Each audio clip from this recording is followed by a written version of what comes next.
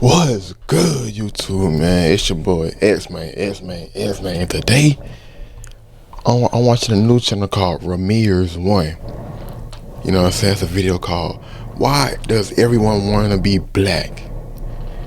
You know what I'm saying? Like, why y'all want to be like us? Y'all say we crazy. Y'all say we, you know what I'm saying? Y'all called us niggas. You know what I'm saying? We was y'all SLAVEs.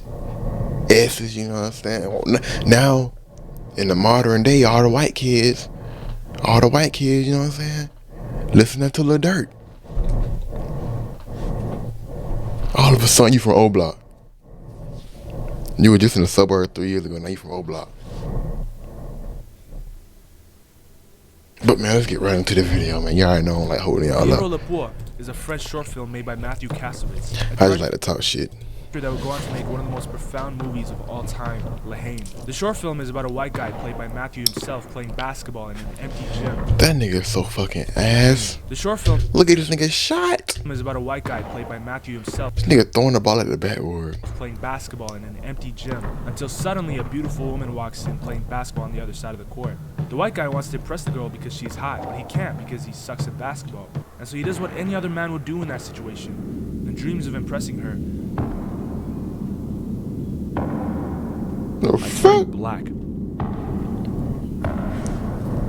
I'm pretty sure if he would have just shot his shot, he probably could have got the bitch. This nigga doing all this extra shit. Skin color don't matter. It's a bunch of black bitches that be. It's a bunch of black girls who be, you know what I'm saying, fuck with white boys.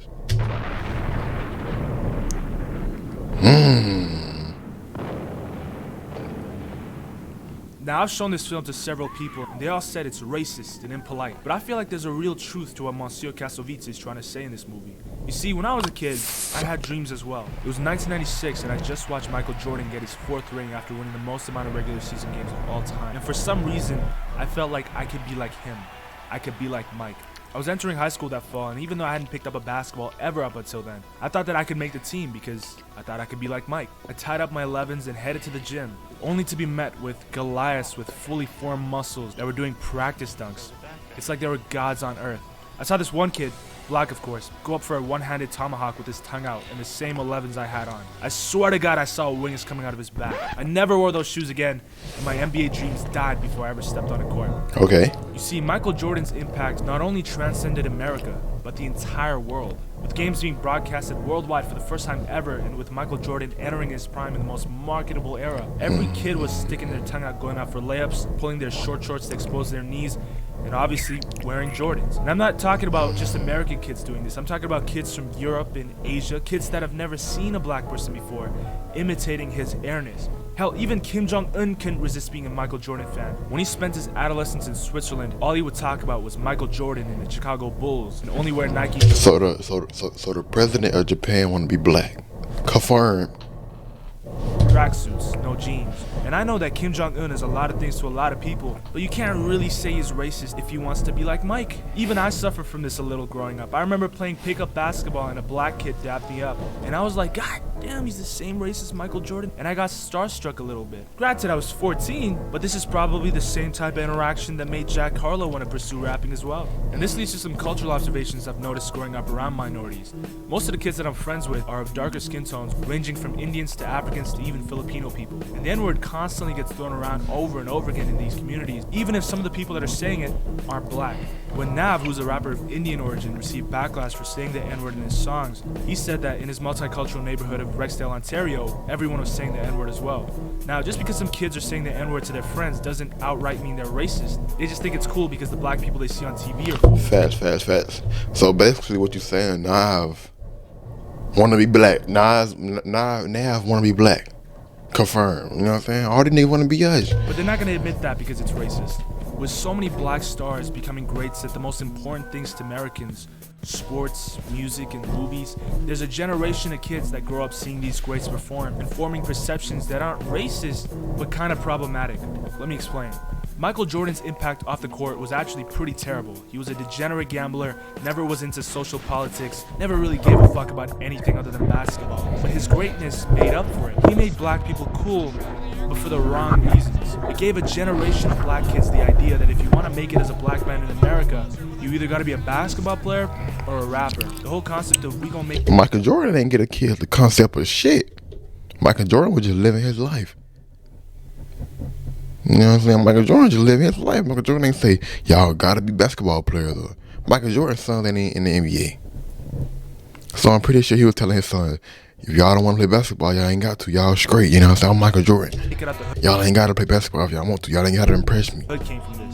And all the model minorities like the Asians and the Indians looked to black people in their stardom and was starstruck by them while they were forced to stay in school and become doctors and lawyers. But the problem is only a few black people actually make it out the hood. So even though we see black athletes and musicians and actors make huge waves internationally, disproportionate amounts stay poor and unemployable as well. And in turn, the model minorities that were forced to stick through school who dreamed of also becoming basketball players and rappers but couldn't because they had loving parents and defective genetics idolized black people, but only the ones that were successful. And it's not like they didn't care about black issues either. It's just all they saw was the cool black people and they wanted to replicate it. This is where Charles Barkley came in with one of the most profound commercials I've ever seen. Charles Barkley. I am not a role model. I'm not paid to be a role model. I am paid to wreak havoc on the basketball court. This commercial directly contrasts the I want to be like Mike stardom campaign that made Michael Jordan the most marketed athlete of all time. At the time, Michael Jordan was at the top of the world and they were calling him Black Jesus. But Chuck was saying, yo, don't look up to me. I'm a basketball player. Go be a doctor. Go be a lawyer. He got a lot of backlash for this because it directly contrasts the campaign that Nike was running with Michael Jordan at the top of the world, as well as shitting on the fans that were buying the shoes, putting up the posters, and wanting to be like Mike. But hey, Chuck's right. Not everyone can make the NBA. I learned that very quickly in my life. But even with Chuck saying that he's not a role model, the legacy that he and other basketball players left behind is tremendous because that's just how much we value basketball players and other icons in America. Because even though Michael Jordan was a degenerate gambler and never really helped the issue, the fact that Legendary moment right here with LeBron and Kyrie, man. icons in America. Because even though Michael Jordan was a degenerate gambler and never really helped the issue, the fact that he was black perpetuated a lot of other black culture on the map. But if you still don't believe me, here's a great example. Just look at the cultural impact that Michael Jordan has, being the greatest of all time for black people, and just look at how like pretty much most First Nations get wiped out. Just like no one cares about him. There's like this whole road in British Columbia called the Highway of Fears, where indigenous people just go missing and they just die and no one cares. No one gives a fuck. That's because indigenous people suck at basketball. It's that simple.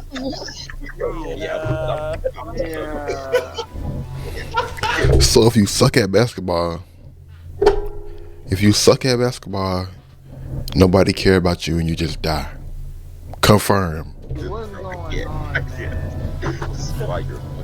I thought you were about to say something like insightful. I thought Ram was going to say something somewhat profound, and then he just ends it with, YouTube, man. That video explain why everybody want to be black, why everybody want to be us. You know what I'm saying? Nobody wanted to be us when we was enslaved. Let me not say us.